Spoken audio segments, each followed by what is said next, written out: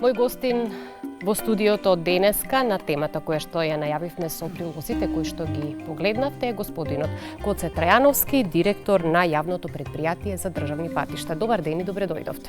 Добар ден.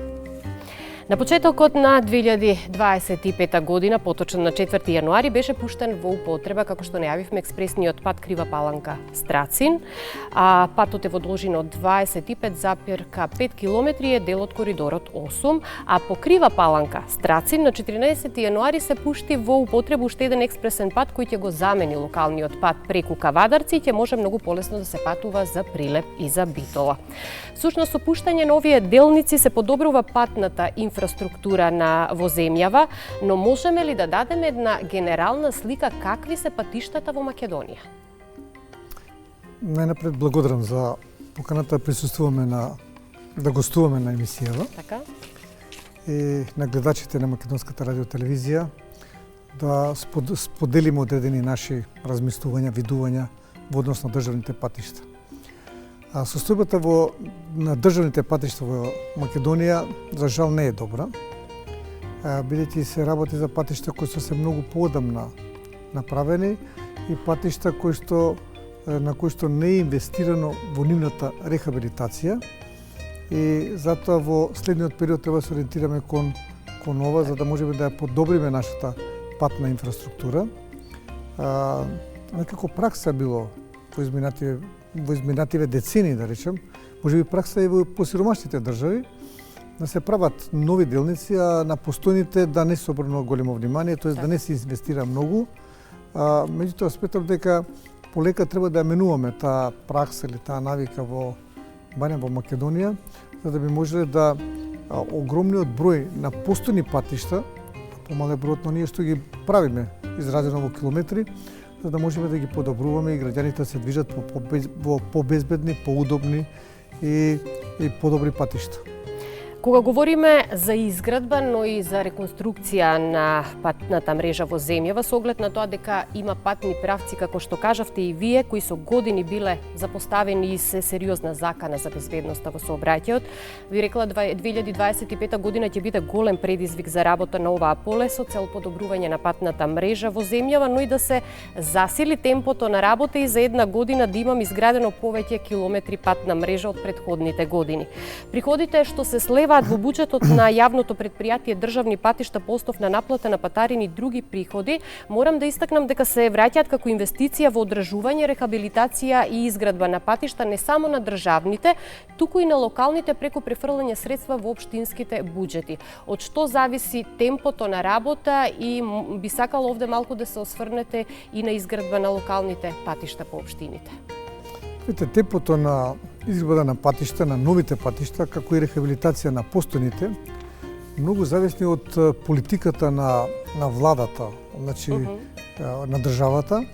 Значи јас морам да истакнам за благодарност до премиерот Христијан Мицковски, до министерот транспорт и врски Александар Николовски за поддршката и за стратегиите, финансиската поддршка, значи кадровската поддршка во смисол на институциите, за да бидејќи во изградбата на овие патишта или во рехабилитацијата многу е важно да се работи тимски. Кој ќе речам тимски, тоа значи владата со сите нејзини институции, би го извел ресорното Министерство за транспорт и врски и секако од јавното претпријатие државни патишта, кој што е надлежно за рехабилитација на новите патишта, меѓутоа и од јавното претпријатие Македонија пат.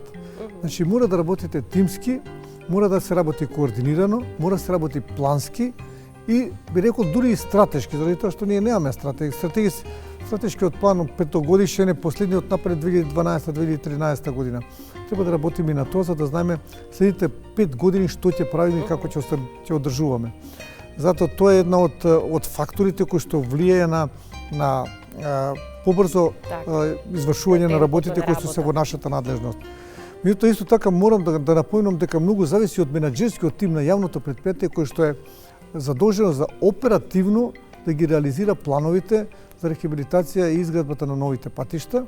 Значи од првиот човек, конкретно од директорот на јавното претпријатие државни патишта, но тоа секако многу е важно и од стручниот тим луѓето кои што работат во јавното предпријатие, така да ја искористил можноста да се заблагодарам на нивниот ангажман во целокупната досегашна реализација. Исто така и на Македонија пат, кој што реков дека е надлежна за одржувањето на овие патишта.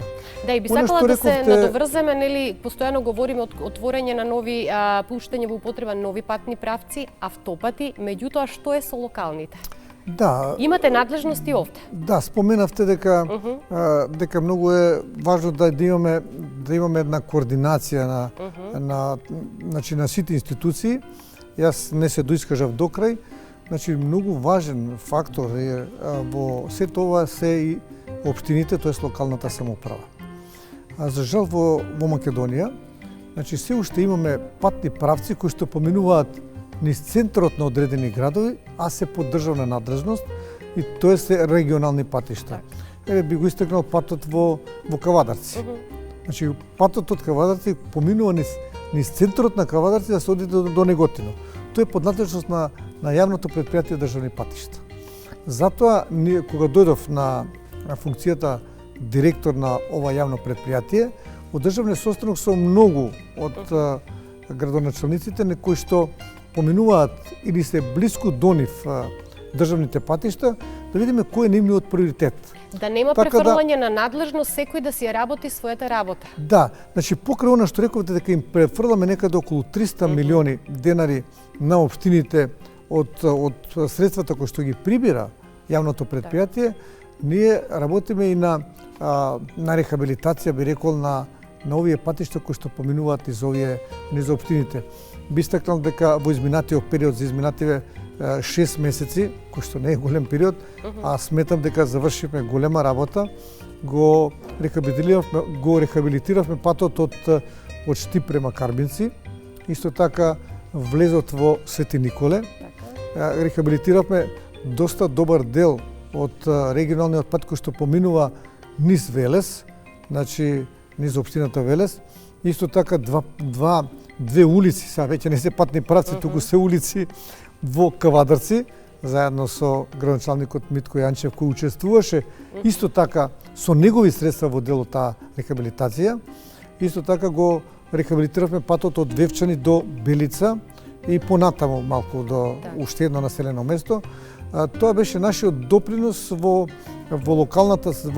локалната самоуправа, да видиме што поблиску до граѓаните, на конкретно општините се најблиску, меѓутоа и ние преку и да им се овозможи пристоен начин на функционирање и на граѓаните, но и на општината генерално. Така да и за следната година исто така ги исконсултиравме сите градоначалници за да видат кои се од нивна гледна точка, кои сметат дека се приоритети, а се во наша надлежност, приоритетни патни правци, а се во наша надлежност, тие или поминуваат низ градовите или се многу блиску до нив.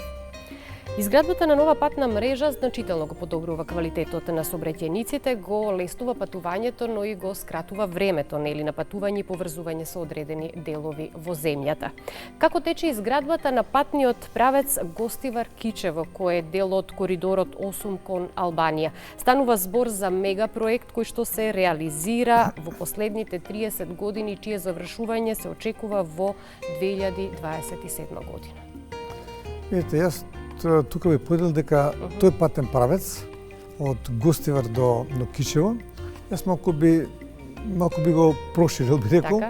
Веќе тука се две компании, едната е со Бекстил Јенка што се прави, а тоа е од Битола до Прилеп, од Гостивар, од Тетово до Гостивар и од Гостивар до Букојчани. А втората компанија, тоа е Синохидро, кинеската компанија, која што го прави па од Кичево до Охрид. Така да во напредна фаза се тие интензивно се работи на овие два патни правци. Вие знаете дека Бекстил Јенка, кога дојде новата влада и јас како директор на јавното предпријатие државни патишта, значи скоро да немаше активности на терен, тоа би согледа тоа што не беше решена експропријацијата, и му возможивме и веќе сме еден чекор напред, така да тие скоро на сите делници овие што ги набројав, 3 делници, тие веќе работат интензивно. Исто така Кичево Охрид, интензивно се работи, веќе приметуваат граѓаните кои што ова лето се движеа од Охрид или се враќаат од Охрид на тој патен правец, дека интензивно се работи и на таа делница. Јас би сакала да кажам дека со завршување на оваа делница од Скопје за Охрид и Струга ќе се патува за час и половина и со тоа би рекла и целосно ќе се промени и економијата, но и туризмот во Македонија од големо значење е за функционирање во државата овој патен правец. Видите, тука јас би напоменал уште нешто, за да имате информација гледачите, а тоа е дека ние имаме една празнина, а таа празнина е од Букојчани до Кичево. Така. И за тој дел, тој патен правец, беше, прво беше целот, па се подели на два дела, од Кичево до Црвеци, по Црвеци до Букојчани. Сега поново се гледа во консултација со банките, кои што со ЕБРД, кои што го финансираат овој проект, и тоа е некаде околу 12 километри. Сметаме дека многу брзо ќе се објави тендерот за предквалификација и очекуваме дека при крајот на оваа година, евентуално почетокот на следната година, ќе почнат градежните активности и на овој патен правец. Така да кој ќе земе од Скопје до Охрид, да имаме непрекинато движење по новите патишта кои што ќе бидат изградени. Така. Јавното предпријатие за државни патишта 2024 година заокружи со остварен приход од над 66,5 милиони евра по основ на наплата на патарини. Во споредба со 2023 година тоа се 270 милиони денари или над 4,32 милиони евра повеќе. Па морам да ве прашам, дали македонските граѓани плаќаат најскапи патарини во регионот дури за патишта кои што не спаѓаат во категоријата автопат? Мислам дека не плаќаат најскапи патарини, а она зголемувањето на вредноста се дължи пред се на новиот менаџерски тим на патарините, значи комплетно го сменивме менаџерскиот тим, така да веќе нема пропуштање на патници кои што ти поминуваат по различни основи без да платат патарини, и со тоа сметаме дека се зголеми наплатата на патарините. А исто така, понатака, ние планираме и да малку ги патарините ги направиме да бидат на посовремен начин, тоест да се повеќе се применуваат М-тагови, со што проточноста многу ќе се зголеми, а и продажбата на тие М-тагови да има една голема мрежа во Македонија направена, да биде достапна и да можат и електронски тие да се надополнуваат или да бидат врзани со оние картичките кои што секојдневно ги потребуваме за плаќање при различни услуги кои што ги правиме значи дали тоа било во маркетите или било каде, за да може да се олесни начинот на нивното добивање и понатаму на нивното надополнување, а со тоа да се зголеми и проточноста. Зашто сметам дека со зголемувањето на проточноста на патарините ќе се зголеми и бројот на патниците кои што патуваат на овие патни правци, а пред се патниците кои што доаѓаат од Србија. Морам да ве прашам, а сигурно ќе ги интересира и гледачите, ќе има ли менување на начинот на наплата на патарините? Како пример за споредба може да се земе и соседна Србија, која наплаќа патарини по затворен принцип, односно според поминати километри на автопата, не според автопатска делница, а во дел од европските земји системот на наплата е со електронска винјета која се издава на неделно, месечно или на годишно ниво.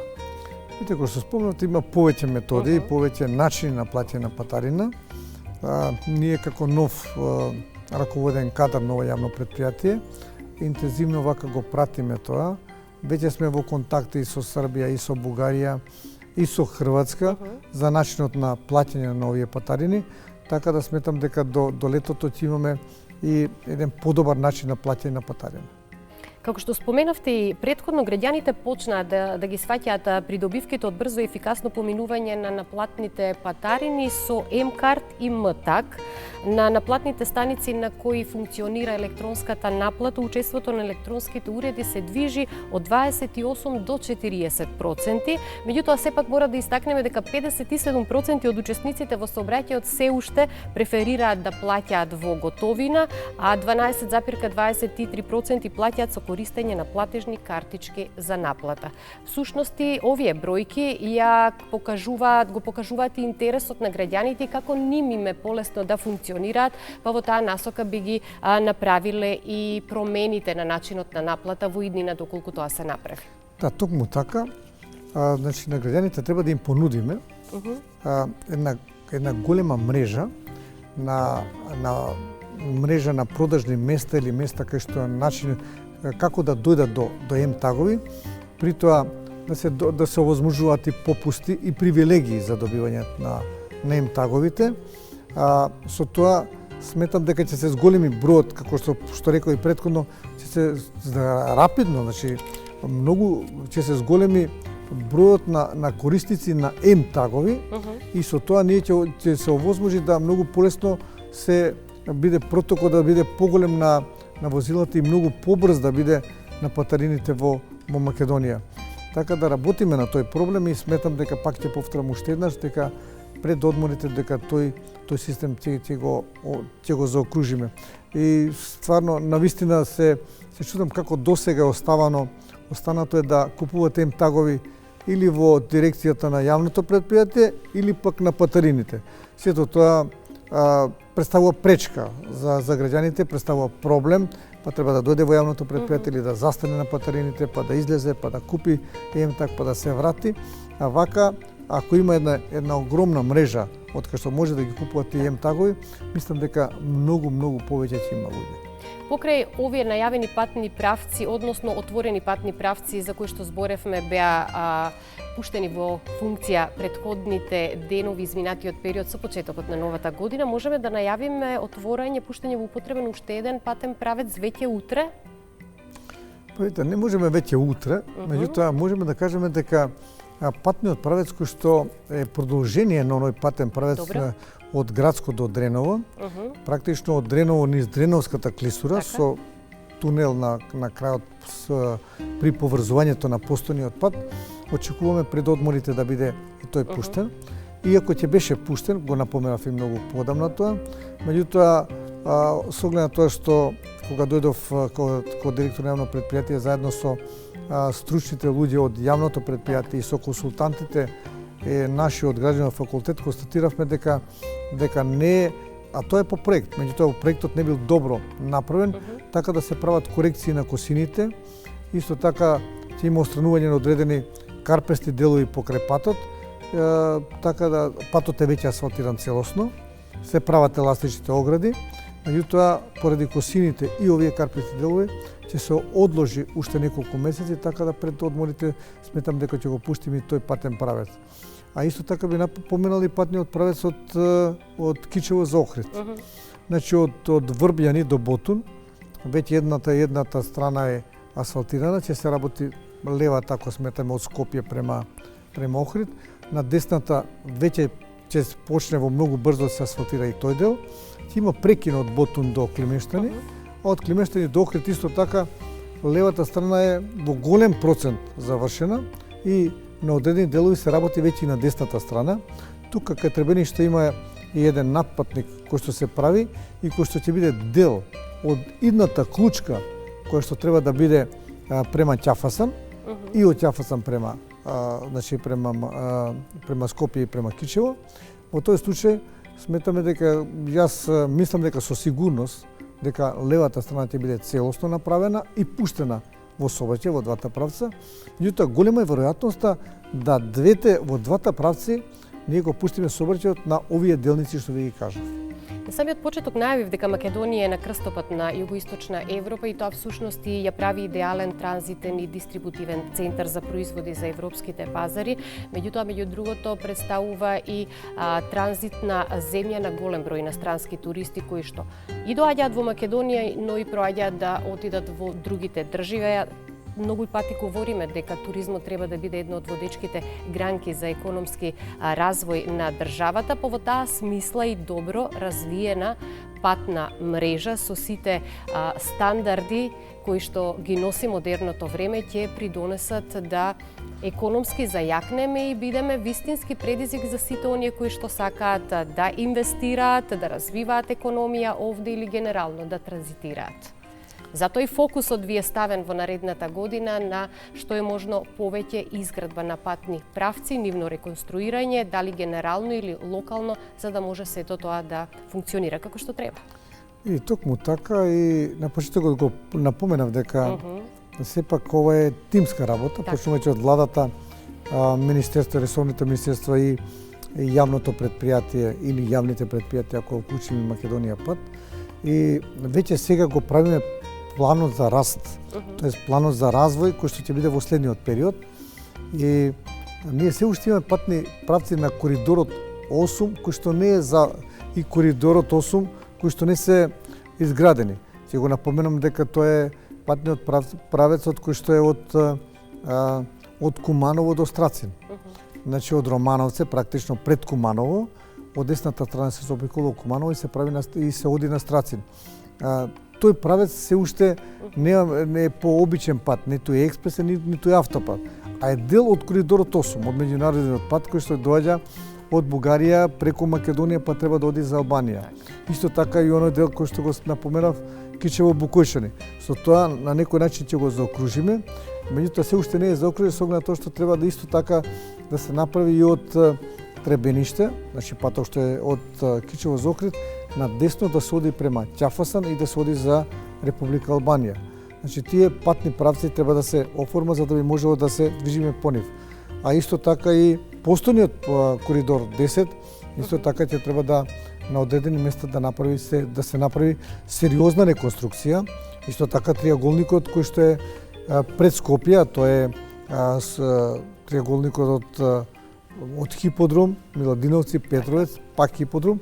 Тој триаголник веќе има проектна документација, комплетна е таа проектна документација и сметаме дека многу брзо и тој би требало целосно да биде рехабилитиран и реконструиран. А исто така би го напоменал патниот правец од коридорот 10D. Тоа значи дека Бекстил Јенка го прави од Плиеп до Битола, меѓутоа од Битола до границата со Грција, значи треба да се направи заобиколница околу Битола и од Битола до Меđитлија. Имаме готов проект, целосно е готов проектот, веќе аплицираме кај соодветните финансиски институции, нормално преку Министерството за транспорт и врски, и се надеваме дека и тој пат ќе биде еден од приоритетните патишта во Република Македонија. Многу предизвици се пред вас во новава 2025 година, но се надеваме дека со одлична координација на сите институции кои што ќе бидат и треба да бидат директно вклучени во реализација на сите овие проекти, ќе имаме одлична можност да добиеме една патна мрежа во Македонија која што ќе служи како пример и за другите земји во регионот. Ви благодарам многу за гостувањето. Благодарам и на вас. Ми беше задоволство. И на мене исто така. И